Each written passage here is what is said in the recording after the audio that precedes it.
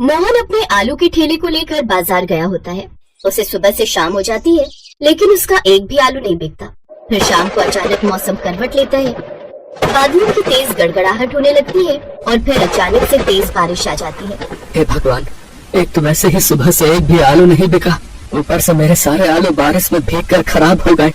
अब मैं क्या ही बेचूंगा। मोहन तेज बारिश में भीगता हुआ परेशान होकर घर की तरफ आ ही रहा था कि तभी सड़क पर बने एक गड्ढे में उसका पैर फंस जाता है और उसके पैर में मोच आ जाती है। मोहन अब उसी हाल में जैसे तैसे अपने ठेले के साथ घर पहुंचता है, लेकिन उसके पैरों से काफी खून निकल रहा होता है। उसकी पत्नी रेखा और 8 साल का बेटा मोंटू और 5 साल की बेटी रिया उसे ऐसे देखते हैं तो वो घबरा जाते हैं। अरे ये क्या हो गया आपको? ये चोट कैसे लगी? बस यूँ समझ लो रेखा, जब जिंदगी खराब चल रही हो ना तो कुछ भी अच्छा नहीं होता। ये भी उसी का ही एक नतीजा है। कोई बात नहीं, आप कपड़े बदल लीजिए, फिर मैं दवा कर आपकी पट्टी कर देती हूँ। अब मोहन बेड रेस्ट पर ही रहता है। पहले तो जैसे तैसे घर का खर्चा चल जाता था, लेकिन धीरे धीरे बचत खत्म होने लगी और अब नौबत यहाँ तक आ गई कि घर में राशन भी नहीं रहा। उन्होंने सुबह से कुछ नहीं खाया था। दोनों बच्चे भी उदास बैठे थे। उनको उदास देख रेखा ने उनसे पूछा, क्या हुआ बच्चों, तुम्हारा चेहरा क्यों लटका हुआ है? माँ, बाबा बाहर काम पर नहीं जा सकते और घर में खाने के लिए भी कुछ नहीं है, लेकिन मैं क्या करूँ अपनी इस भूख का? ये है कि बार बार लगी जाती है। लेकिन कोई बात नहीं माँ, आप उदास मत हो, हम पानी पीकर ही गुजारा कर लेंगे। ये सुनकर रेखा की आंखों में आंसू आ जाते हैं। फिर वो हर जगह काम मांगने जाती है, लेकिन उसे कहीं भी काम नहीं मिलता। वो उदास होकर घर लौट आती है। अपने परिवार की लाचारी देख बिस्तर पर पड़ा मोहन कहता है, मुझे माफ करना बच्चों। रेखा, अपने इस चोट के कारण मैं काम पर नहीं जा पा रहा और मेरे कारण तुम सबको भूखा ही रहना पड़ रहा है। न जाने मुझे ठीक होने में कितने दिन लगेंगे, लेकिन मुझे तो डर है कहीं घर में रखे ये सारे आलू खराब न हो जाएं। अपने पति की बात सुनकर रेखा को एक विचार आता है, अगर आलू बाजार में जाकर बेचो तो भी हमारी इतनी आमदनी नहीं होगी, और अगर ये बारिश में खराब हो गए तो हमारा काफी नुकसान होगा। इसलिए मैं सोच रही थी, अब क्यों ना हम इस आलू के समोसे बनाकर बेचें। आप तो जानते हैं बच्चों को मेरे हाथ के चटपटे समोसे कितने पसंद है। आप ठीक कहती हो माँ। आपको पता है, हमारे स्कूल के गेट के पास एक अंकल समोसे कचौड़ी बनाकर बेचते हैं। हमारे स्कूल के सभी टीचर्स और बच्चे उससे खरीद कर खाते हैं। एक बार रौनक ने मुझे भी दिलवाया था, लेकिन उसका स्वाद बहुत ही बेकार था। आपके चटपटे समोसे के आगे तो वो सब फेल है। हाँ माँ, अगर आप भी समोसे बनाकर बेचो ना तो आपको खूब मुनाफा होगा। बच्चे कह तो ठीक रहे हैं, तुम्हारे हाथों के चटपटे समोसे तो सचमुच बड़े ही बेहतरीन होते हैं। उन सब की बात रेखा को पसंद आ जाती है और वो अपनी चांदी की माला सुनार को बेचकर कुछ पैसे ले आती है। फिर उससे जरूरत का सामान खरीदती है। फिर अगले ही दिन उन आलू के चटपटे समोसे और साथ में खट्टी मीठी चटनी बनाकर वो बाजार में बेचने चली जाती है। चटपटे समोसे, करारे करारे समोसे ले लो, आइए आइए, और इस बारिश के मौसम में गर्मा गर्म चटपटे समोसे खट्टी मीठी चटनी के साथ खाइए। बहन जी, समोसा लगाना, और हाँ, चटनी ज्यादा रखना है।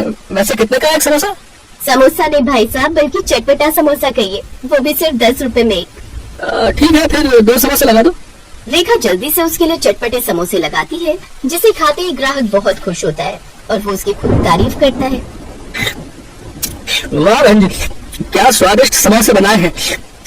आहा, मजा ही आ गया इस बारिश के मौसम में ऐसे समोसे खाकर। ऐसा करो, 8 समोसे पैक कर दो, घर पर सबके लिए लेकर जाऊंगा, सब बहुत खुश होंगे। आहा जी, अच्छी बात है। उस ग्राहक की बात आसपास के लोग सुन लेते हैं और वो सब उसके ठेले पर आते हैं और उसके समोसे खरीदते हैं।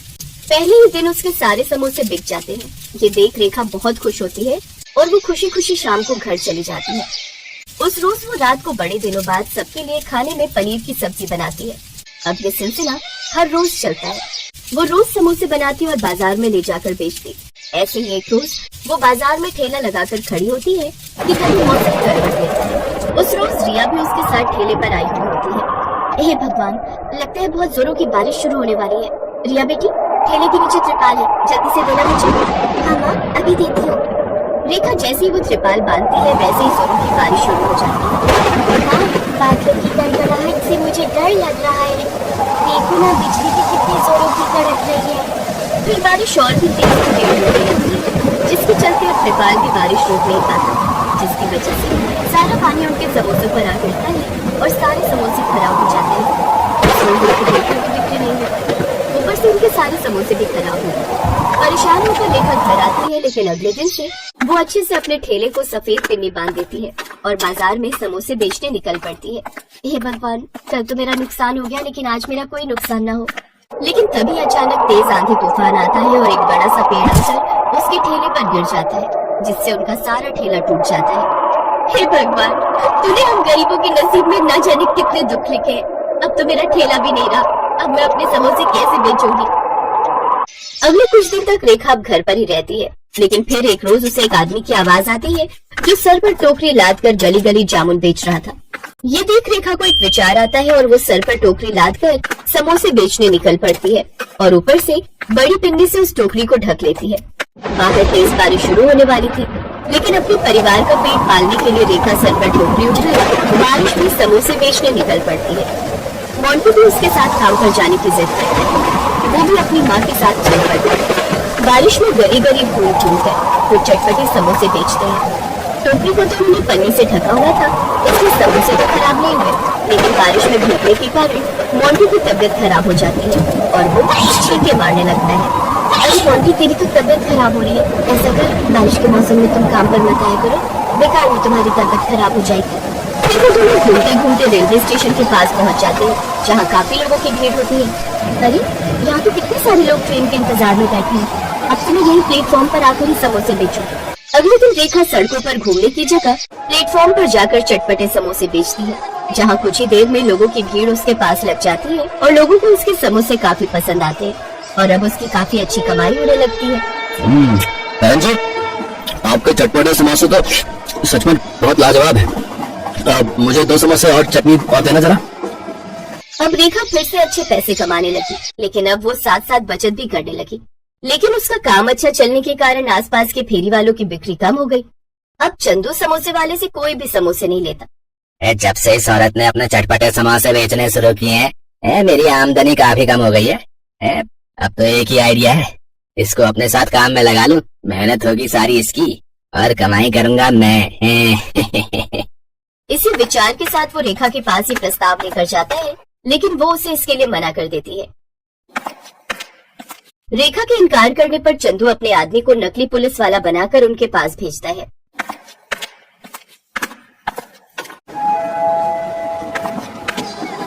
चलो यहाँ से, अब से तुम यहाँ समोसे नहीं बेचोगी। लेकिन क्यों साहब, मैं तो बराबर यहाँ ये लगाने का टैक्स भरती हूँ। लेकिन तभी वहाँ असली पुलिस वाला आ जाता है, जो कि रेखा के ठेले पर रोज समोसे खाने आता है। वो उस आदमी को नकली पुलिस वाला बनने के जुर्म में अरेस्ट कर लेता है। माफ कर दो साहब, ये सब मैंने चंदू हलवाई के कहने पर किया था। फिर पुलिस उन दोनों को गिरफ्तार कर लेती है। अब रेखा बिना किसी डर के समोसे बेचने लगती है। कुछ दिनों बाद मोहन भी पूरी तरह ठीक हो जाता है और वो भी उसके इस काम में मदद करने लगता है। अब दोनों पति पत्नी मिलकर खूब मेहनत करते हैं और खूब पैसे कमाते हैं और अपने लिए एक बड़ा पक्का घर बनवा लेते हैं, जिसमें हर सुख सुविधा होती है। हाय, मेरा बचपन से सपना था कि जब मैं सुबह सोकर उठूं तो सामने नदी में समुद्र या झील दिखे, लेकिन यहाँ तो खिड़की खोलते ही जग्गू हलवाई की दुकान दिखती है और उसकी दुकान में भिन भिनाती है मक्खियों का झुंड। बेटी उठ गई तो चल अब नहा भी ले, देख सूरज सर पर आ गया है। सूरज का तो पता नहीं, लेकिन ये जग्गू हलवाई अपनी बड़ी बड़ी मूछें लिए जरूर सामने खड़ा है। माँ, तुम्हें कितनी बार कहा है सुबह सुबह ये खिड़की मत खोला करो, इसे ऐसे खोल देती हो जैसे सामने गोवा का समुंदर बह रहा हो। तू दुखी मत हो बेटी, तेरे लिए ऐसा ससुराल ढूंढ के लाया हूँ जिसके सामने समुद्र तो नहीं, लेकिन यमुना जरूर बहती है और बहुत बड़ा मकान है उनका, देखोगी तो खुश हो जाओगी। सच में पापा? हाय, आज तो मैं बहुत खुश हूँ। नदी और उसके सामने मेरा घर, वाह वाह वाह वाह वाह। लेकिन कौन है, कहाँ रहते हैं, कुछ तो बताइए। सब पता चल जाएगा भाग्यवान, पहले तुम दोनों जल्दी से तैयार हो जाओ। हम आज ही लड़के के घर जाएंगे, क्योंकि उसके पिताजी के पैर में चोट आ गई है, इसलिए उन्होंने हमें ही अपने घर बुलाया है। इसी बहाने सोनल भी अपना नया घर देख लेगी। कुछ देर बाद वो सभी लड़के वालों के घर पहुंच जाते हैं। घर सच में बहुत बड़ा होता है। वाह वाह, कितना बड़ा और सुंदर घर बना रखा है। तभी लड़के के पिता उससे बोले, वो क्या है ना बहन जी, पहले तो ये थोड़ी जगह मेरे पिताजी को मिली थी, लेकिन फिर परिवार आगे बढ़ता रहा तो घर भी और आगे बढ़ता रहा। बहन जी, आप यूं समझ लीजिए कि ये सारा घर हमारा ही है। क्या हमारा है? सारा तो अवैध कब्जा कर रखा है। तुम चुप करो जी, अगर हम नहीं करेंगे तो कोई और कर लेता, और वैसे भी कुछ सालों में तो सरकार इसे वैध कर ही देगी। उधर सोनल उदित के साथ ऊपर वाले कमरे का व्यू देखकर खुश हो रही थी। देखो क्या मस्त व्यू दिखता है हमारे कमरे से। अरे लोग तो मरते हैं शहरों में ये गोवा वाली फीलिंग लेने के लिए। बिल्कुल सही कहा जी, मुझे तो ये रिश्ता मंजूर है। क्या मैं आपको पसंद हूँ? आप भी मुझे बहुत पसंद है। दोनों शादी के लिए हाँ कर देते हैं, लेकिन घर आकर सोनल के मम्मी पापा इस रिश्ते के लिए तैयार नहीं थे। तुमने देखा ना कि उन लोगों ने कैसे यमुना जी पर कब्जा किया हुआ है। मुझे कुछ नहीं पता, मैं तो उसी घर में जाऊंगी।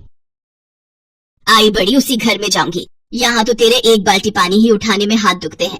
भगवान न करे अगर कभी वहाँ पानी भर गया तो तू इतना पानी कैसे निकालेगी? हाँ, लेकिन सोनल उनकी एक नहीं सुनती। उसे तो बस वही कमरा चाहिए था जहाँ से रिवर व्यू दिखे। फिर बच्चों की जिद के आगे माँ बाप को झुकना ही पड़ता है। और फिर उदित और सोनल की शादी हो जाती है। अरे बहू, अब नीचे भी आ जा। सारा दिन कमरे में बैठी बैठी बस ये रिवर व्यू ही देखती रहती है। इस कमरे से व्यू कितना सुंदर लग रहा है। यहाँ तो मुझे ऐसा लग रहा है जैसे मैं गोवा के होटल रूम में हूँ। पर काश यहाँ रूम सर्विस भी हो जाती। फिर सोनम घर के कामकाज में लग जाती है। अगले दिन उसकी सास उसे अपने साथ यमुना घाट पर कपड़े धोने ले जाती है। वाह, कितना मजा आ रहा है। कपड़े धोने के बाद वो सारा साबुन वाला गंदा पानी यमुना नदी में बहा देती है। तभी कुछ बच्चे जो वहाँ खेल रहे थे वो उनसे कहते हैं, छी, ये आप क्या कर रहे हो? आपने इसे गंदा क्यों कर दिया? ये अच्छी बात नहीं है। अरे जा जा आया बड़ा। तभी अचानक से बादलों की तेज गड़गड़ाहट शुरू हो जाती है और दोनों सास बहू घर आ जाती हैं। हे भगवान, ये बारिश तो बहुत तेज हो रही है। हाँ, मजा आ रहा है ना? आप रुकिए, मैं आपके लिए गर्मा गर्म पकौड़े और चाय बना कर लाती हूँ। फिर रिवर व्यू में पड़ रही बारिश को बड़े मजे से देखेंगे। इसी तरह अगला दिन शुरू हो जाता है, लेकिन बारिश रुकने का नाम ही नहीं लेती। एक तरफ जहाँ बहू बारिश के मौसम के व्यू के मजे ले रही थी, तो वहीं दूसरी तरफ उसकी सास और ससुर परेशान थे। देखो जी, ये बारिश तो 2 दिन से रुकने का नाम ही नहीं ले रही। याद है ना, आज से 20 साल पहले जो हुआ था? हाँ हाँ याद है। यही सोचकर तो जी घबरा रहा है। तुमसे मैंने पहले ही कहा था यमुना नदी के घर में मत घुसो, लेकिन तुमने मेरी एक ना सुनी। अब तुम उसके घर में घुसोगी तो वो भी तो तुम्हारे घरों में घुसेगी। तुम चुप करो जी। सोनल उनकी बातें सुन रही थी, लेकिन उसे कुछ समझ ही नहीं आ रहा था कि ये हो क्या रहा है। तभी फोन की घंटी बजती है। सोनल बेटा, ठीक तो हो ना? नहीं पापा, यहाँ तो बहुत मजा आ रहा है। आपको पता है, यमुना जी पहले अपने घर से 200 मीटर की दूरी पर थी, लेकिन अब वो सिर्फ 50 मीटर की दूरी पर ही रह गई है। तब तो बेटा वो पानी कल तक तुम्हारे घरों में भी आ जाएगा। तुम्हें आज ही वहाँ से निकलना होगा। ये सुनकर सोनल परेशान हो जाती है। इसके बाद उसकी सास उससे कहती है, जल्दी से सारा सामान बांधकर ऊपर वाले कमरे में रख दो, यहाँ कभी भी पानी भर सकता है। वो सभी मिलकर सारा सामान ऊपर वाले कमरे में रख देते हैं कि तभी नीचे पानी घर के अंदर आ जाता है। सोनल और वो सभी पानी बाल्टी से भरकर बाहर फेंक रहे होते हैं कि तभी एक लंबा सा सांप पानी में आ जाता है। सांप, सांप! वो भागते हुए सीढ़ियों पर चढ़ जाती है। ये कहाँ फंस गई मैं? इससे अच्छी तो जग्गू हलवाई की दुकान थी। भले ही वहाँ मक्खियों का ढेर दिखता था, लेकिन इस तरह सांप तो नहीं आता था। तभी उनके घर बचाव दल के लोग आते हैं। जल्दी से ये घर खाली करो, यमुना कभी भी अपना प्रकोप दिखा सकती है। सभी जल्दी से घर से बाहर निकलते हैं और कुछ ही देर में उनका मकान बाढ़ के पानी में बह जाता है। ये क्या, हमारा घर सारा सामान बाढ़ में बह गया। अब हम कहाँ जाएंगे? ये क्या हो गया, हम बर्बाद हो गए। पापा, मम्मी! तभी सोनल डूबते हुए घर की तरफ भागती है, लेकिन उसका पति उसे पकड़ लेता है। मेरी शादी की सीडी एल्बम, मेरी शादी का जोड़ा मिल क्यों नहीं? सोनल, जान है तो जहान है, छोड़ो अब वो सब। वहीं खड़ी सोनल की सास वो सब चुपचाप देख रही थी, क्योंकि वो भली भांति जानती थी कि उसने जो यमुना के घर में घुसने की गलती की थी, उसकी सजा तो उन्हें मिल रही थी। लेकिन बेचारी सोनल, जो नई नई शादी करके अपने सपनों के घर रिवर व्यू का मजा लेने आई थी, उसका वो सपना पल भर में चकनाचूर हो गया और वो बाढ़ का पानी सामान के साथ साथ उसके सपनों को भी बहा कर ले गया।